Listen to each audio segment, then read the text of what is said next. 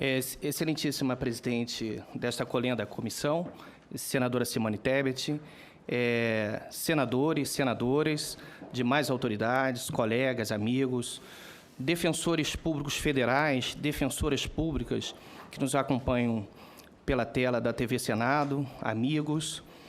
Para mim é motivo de grande honra, de alegria, de submeter o meu nome a esse cargo de grande importância para a República, que é o cargo de Defensor Público Geral Federal. Sei do tempo exíguo que tem, preparei um texto para 20 minutos e agora temos 5 minutos e a gente tem que se adaptar aos novos tempos, faz parte. Eu gostaria de agradecer inicialmente a Deus por ter me capacitado e ter colocado o querer e o realizar para que eu estivesse aqui neste momento. Gostaria de agradecer a minha esposa, que está aqui na antessala, são 15 anos de casado, ela é coautora na minha vida, tanto no sucesso quanto nos fracassos, mas é minha companheira, os meus filhos, Isabelle, Melissa e o Davi. Gostaria de agradecer a todos os defensores públicos federais, as defensores que diuturnamente lutam pelos direitos do empobrecido. Gostaria de cumprimentar a todos os senadores mais uma vez. No dia 9 de setembro foi encaminhado a esta casa mensagem presidencial com indicação do nosso nome para o cargo de Defensor Público Geral Federal. A submissão do nome indicado pela presidência ao Senado concretiza, sim, os princípios democrático e republicano e acabam por legitimar o exercício de tão relevada função, se assim o Senado Federal me conceder esta honra. Meu nome é Daniel Macedo, sou defensor público federal há 14 anos, sou defensor ainda na segunda categoria, que é a porta de entrada para a Defensoria Pública da União. Isso significa que eu continuo olhando para o rosto do empobrecido, daquela pessoa que precisa de um tratamento oncológico, daquela senhora que precisa de uma pensão, de um auxílio-doença. A Defensoria Pública não é aquele defensor público federal que fica numa mesa, no ar-condicionado, desfrutando de privilégios. O Defensor Público Federal é aquele que atravessa o rio, para levar esperança para o ribeirinho, que atravessa comunidades para fortalecer os direitos de comunidades tradicionais, como os quilombolas, os seringueiros. A Defensoria é aquela instituição que coloca o pé na lama para levar esperança para milhares de assistidos. Minha experiência como defensor público federal, eu fui defensor público-chefe da unidade de Guarulhos, assim que ingressei na Defensoria. É uma instituição relativamente nova, são apenas 25 anos, há uma discrepância latente na comparação com outras instituições. Só para que Vossas Excelências tenham uma ideia, enquanto a AGU tem cerca de 200 DAS, o Ministério Público centenas de DAS, e não há nenhuma crítica nesse ponto, a Defensoria Pública da União tem 14 DAS para administrar 70 unidades. Somos 643 defensores públicos federais para 1.880 procuradores da República. É notório aí que a acusação ela foi fortalecida pelo Congresso. A Defensoria também precisa ser fortalecida. A emenda constitucional número 80 determinou, na pena de Vossas Excelências, a expansão da Defensoria Pública Nacional até 2022. Onde houver uma seção, uma subseção da Justiça Federal, deve existir um defensor. Esse projeto constitucional para 2022 foi interrompido pela emenda constitucional número 95. A emenda do teto, em algum momento, tornar-se-á insustentável. A minha experiência acadêmica, sou mestre em Direito pela Universidade de Coimbra, Portugal, sou professor de Direito Processual Civil há 16 anos, pela Fundação Getúlio Vargas e outras instituições. Como disse, eu sou defensor ainda da segunda categoria. Isso determina o meu contato diário com Marias, Silvas e Josés, atendendo pessoas que comparecem à Defensoria apenas com dinheiro da passagem, lutam por interesse existencial, lutam pela sua dignidade. Quando a política pública ela é distorcida ou falta, é na porta da Defensoria Pública da União que o assistido vai bater. Eu vou dar um exemplo bem simplório. Hoje, no meu estado, o estado do Rio de Janeiro, nós temos uma fila de 1.200 pacientes oncológicos que demoram até 8 meses para obter a sua radioterapia. Nós temos uma preocupação extremada com os grupos vulnerabilizados, subalternizados, invisibilizados, que é uma realidade hoje no Brasil.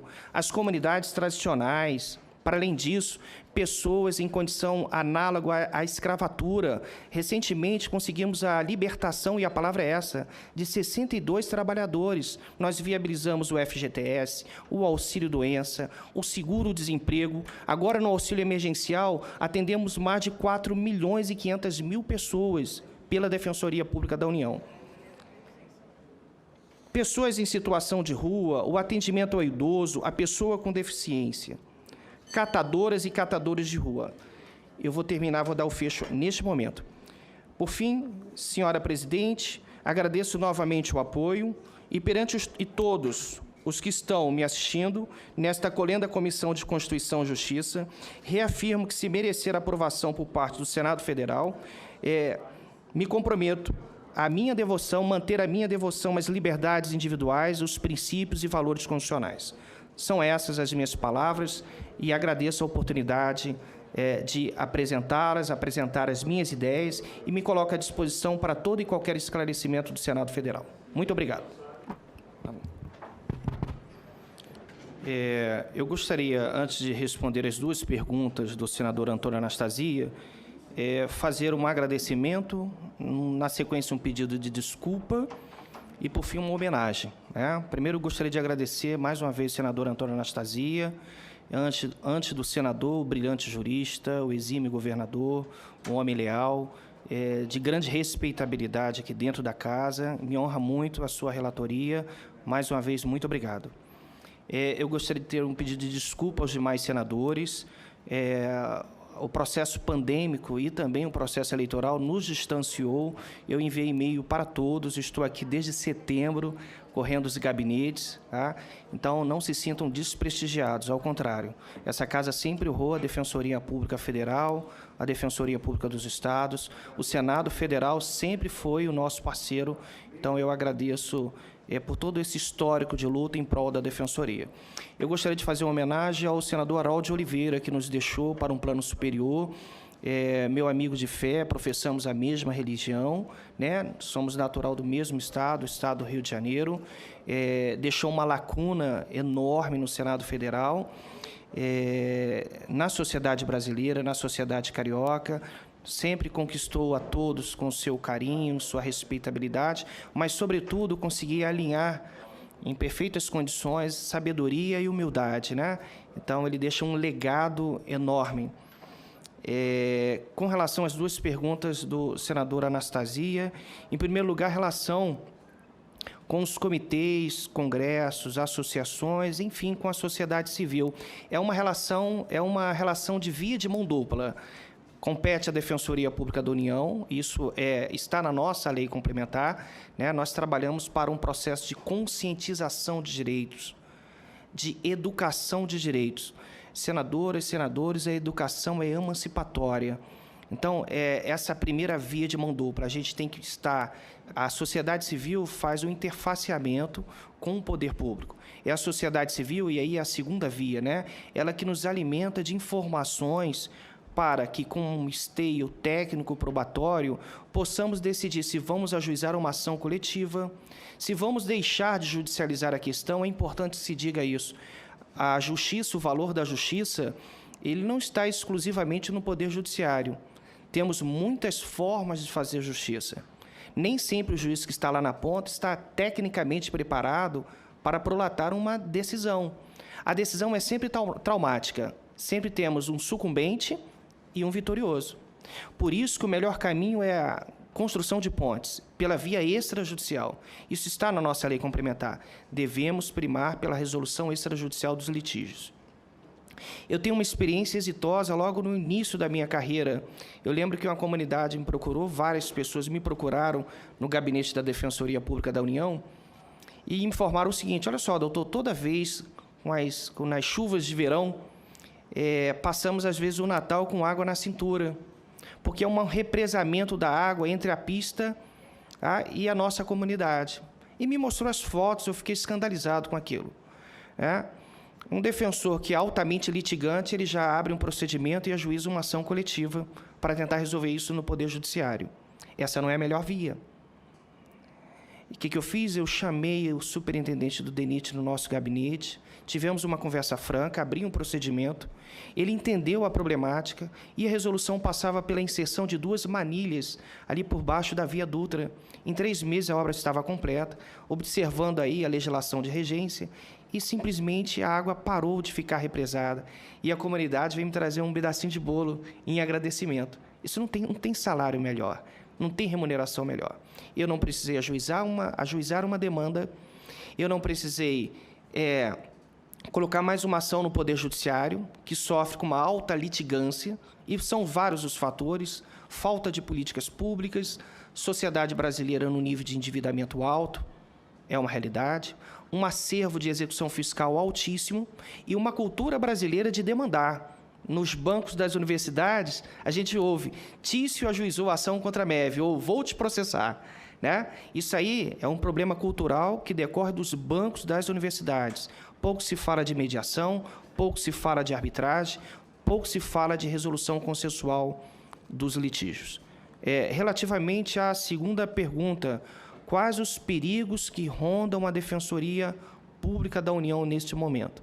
Olha, em 2014, quando, como bem disse a senadora Simone Tebet, e num avanço, para mim, um dos maiores avanços em termos constitucionais da Defensoria, determinou-se que tivesse um defensor em cada seção, subseção ou comarca nacional. Esse projeto, esse programa constitucional, ele foi interrompido por uma emenda que hoje está nos custando caro, que é a emenda constitucional número 95. A emenda do teto, senadoras e senadores, ela está sendo perversa. Vamos aqui pegar o exemplo da saúde, com orçamento de 130 bilhões de reais, no contexto pandêmico, os remédios estão atrelados ao dólar. A emenda ela não se sustenta. Quanto à Defensoria Pública da União, a fotografia foi um orçamento de 543 milhões de reais. A emenda nos cortou na base, enquanto a emenda do teto cortou o Ministério Público Federal com orçamento aí próximo de 4 bilhões de reais. Isso é perverso para a Defensoria. Hoje, senadora, nós cobrimos apenas 29% das seções e subseções na Justiça Federal. Então, quando você tem uma acusação fortalecida e não tem uma defesa também fortalecida, há um desequilíbrio. Talvez nem o próprio juiz consiga visualizar isso. Chama o advogado dativo. O advogado dativo ele não tem um comprometimento institucional. É óbvio. É um advogado pro bono, com todo o respeito e acatamento que eu tenho. Ali, do outro lado, está o rosto do empobrecido, do encarcerado. Ali está a viúva. Ali está a pessoa doente. No meu estado, nós temos uma fila, mais uma vez, de 1.200 pacientes oncológicos. Eles demoram até 6 meses para obter o primeiro atendimento na atenção primária e depois mais 2 meses para entrar na rede federal. Quando ele chega altamente precarizado. O nível de estadiamento da doença é grau 4. A radioterapia já não pega, o quimioterápico também. O que nós temos que refletir é o que o Congresso Nacional quer da Defensoria. Nós temos uma PEC que se avizinha, a 186. Se ela for concretizada da forma que ela veio, ela vai varrer a Defensoria Pública da União do mapa. Para isso, os perigos que rondam a Defensoria são, de forma mais assertiva, senador, nós vamos começar a fechar unidades, isso é um retrocesso em nível constitucional. Estamos revendo todos os contratos, são 643 contratos, alguns ainda atrelados ao IGPM. Nós estamos revendo todos esses contratos. A Defensoria ela tem 819 servidores requisitados cedidos. Serão devolvidos. Então, teremos um retrocesso de direitos fundamentais para o idoso, para a senhora, para os ribeirinhos, para os quilombolas, para os seringueiros, para a atividade pesqueira, porque quando há uma distorção da política pública, e utilizando uma pizza como a representação geográfica, na borda dela nós encontramos a Defensoria. Sem esse contato, não vai ser o Ministério Público que vai ajuizar a ação individual. Ele vai remeter para a Defensoria Pública. Isso é fato. O Poder Judiciário não pode agir de ofício. O assistido não tem a Ordem dos Advogados do Brasil porque ele não tem condições de remunerar o advogado. Então, um exemplo bem simplório, senador. Se uma senhora, neste momento de 70 anos, tem uma queda da própria altura, tomando banho, e quebra o fêmur, ela não tem entrada na rede pública federal no Rio de Janeiro. Simplesmente vão encaminhar ela e vão deixar ela nas dependências da unidade hospitalar. E ela não vai conseguir entrar no Instituto Nacional de Traumatologia porque não tem a Defensoria para ajuizar a ação civil pública. Porque no estado do Rio de Janeiro, no interior, não tem DPU. Então, são essas as minhas respostas ao senador Antônio Anastasia. Muito obrigado. Agradeço ao doutor Daniel. Aqui na ordem da sequência, eu passo a palavra ao doutor Bandeira. Eu pediria antes... Não, você... não, eu gostaria que... Sim, todas... Porque, isso. E aí vez, pode fazer as suas considerações finais. Tá. Eu vou dar mais 3 minutos para Vossa Excelência. Você mais assertivo. Isso. Porque em seguida nós estaremos encerrando. Eu gostaria, inclusive, de esclarecer... Eu me senti respondido, senadora. Ótimo. Eu gostaria de esclarecer às senhoras e senhores senadores que se encontram nas dependências da Casa que nós já temos, agora com o exercício do meu direito de voto que eu farei agora, 24 senhoras e senhores senadores já votaram em titulares e suplentes. Ocorre que, se algum titular quiser vir votar no lugar de suplente, essa votação do suplente vai ser desconsiderada. Então, como nós já conseguimos o quórum total, 24, praticamente, eu vou dar mais 30 minutos para nós encerrarmos a votação. Então, são 11h10. Encerraremos a votação 11h40. Repito, eu peço aos assessores dos senhores e senhoras senadoras que avisem aos titulares que, se porventura quiserem exercer o seu direito de voto no lugar dos suplentes que já votaram, que o façam nesse tempo de 30 minutos improrrogáveis. Eu pediria ao senador Jorginho que pudesse ocupar a presidência para que eu pudesse votar também. Vossa Excelência pode continuar e complementar as suas considerações. A próxima pergunta é do excelentíssimo senador Esperidião Amin, um amigo histórico da Defensoria Pública também. A pergunta diz respeito ao teto de gastos e a questão dos servidores.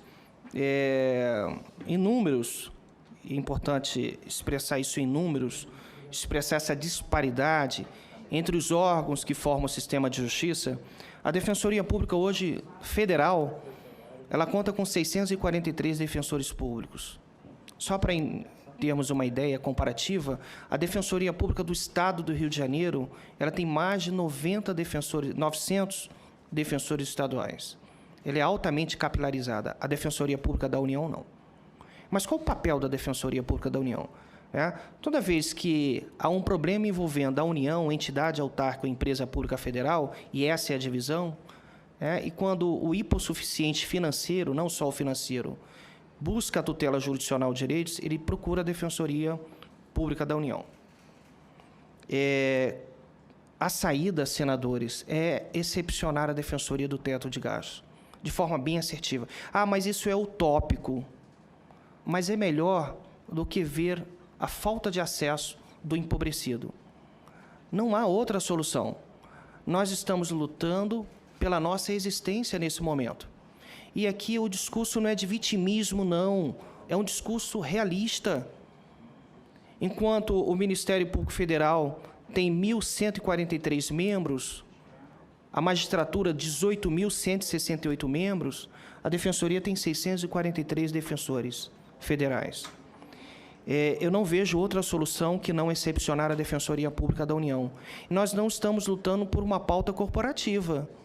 Nós estamos lutando por um interesse existencial, se nada for feito em breve pela Defensoria Pública. Senador Esperidião Amin, hoje nós temos 1.320 servidores, dos quais 819 são requisitados. Esse é o nosso quadro atual. A última pergunta é do senador Diego Tavares, senador Diego, diz respeito ao artigo 98 do ADCT. E aí, na linha de tudo que eu acabei de falar agora, a emenda constitucional do teto, ela acabou prejudicando uma outra anterior. Eu entendo até que, nesse ponto, a emenda constitucional número 95 tem uma pecha de inconstitucionalidade, pois a anterior determinou a expansão da Defensoria. Senador Antônio Anastasia, no seu estado, com 853 municípios... 15 segundos. Somente cobrimos 5 municípios. Senadora Simone Tebet, no seu estado, Mato Grosso, com 5 subseções judiciárias, nós cobrimos 3 subseções judiciárias. A última pergunta é do senador Cid Gomes. Muito honrado com sua pergunta e vou tentar esclarecer aqui. Eu acredito que o presidente da República escolheu o meu nome pelo meu histórico e o meu currículo. Para mim, seria trágico se fosse diferente. Eu me sentiria desprestigiado perante a sociedade, perante o Senado Federal. Eu sou cristão, sou evangélico, mas a Bíblia que vai reger a Defensoria Pública da União é a Constituição da República, os princípios e valores constitucionais. Nós temos uma luta histórica para beneficiar grupos vulnerabilizados, subalternizados e que, por isso, são invisibilizados. A mulher, o caiçara, os ribeirinhos. Eu gostaria que Vossas Excelências tivessem a ideia de um defensor não de terno e gravata, é aquele que coloca a bota na lama, que sobe o barquinho, atravessa o rio para levar esperança para a comunidade ribeirinha. Nessa época de pandemia, foi a Defensoria Pública da União que viabilizou o atendimento de mais de 4.400.000 pessoas para fazer a contestação do auxílio emergencial. Então, senador, fique absolutamente despreocupado. Os meus 14 anos de defensoria, a minha atuação teve por base sempre um esteio probatório, técnico. A Defensoria Pública da União não é lugar de política. A política se faz aqui, a boa política. Nós vivenciamos um momento bélico, de tensão, e o defensor tem que ter consciência de que, quando ele ajuiza uma ação coletiva, quando ele dá uma entrevista, quando ele expede um ofício requisitando informações, isso deve ter uma responsabilidade redobrada, porque na outra ponta tem um ser humano, na outra ponta tem um Estado. Então, vivemos um momento de desinformação e falta de informação. A Defensoria tem que redobrar o seu cuidado exatamente na sua atuação. Muito obrigado.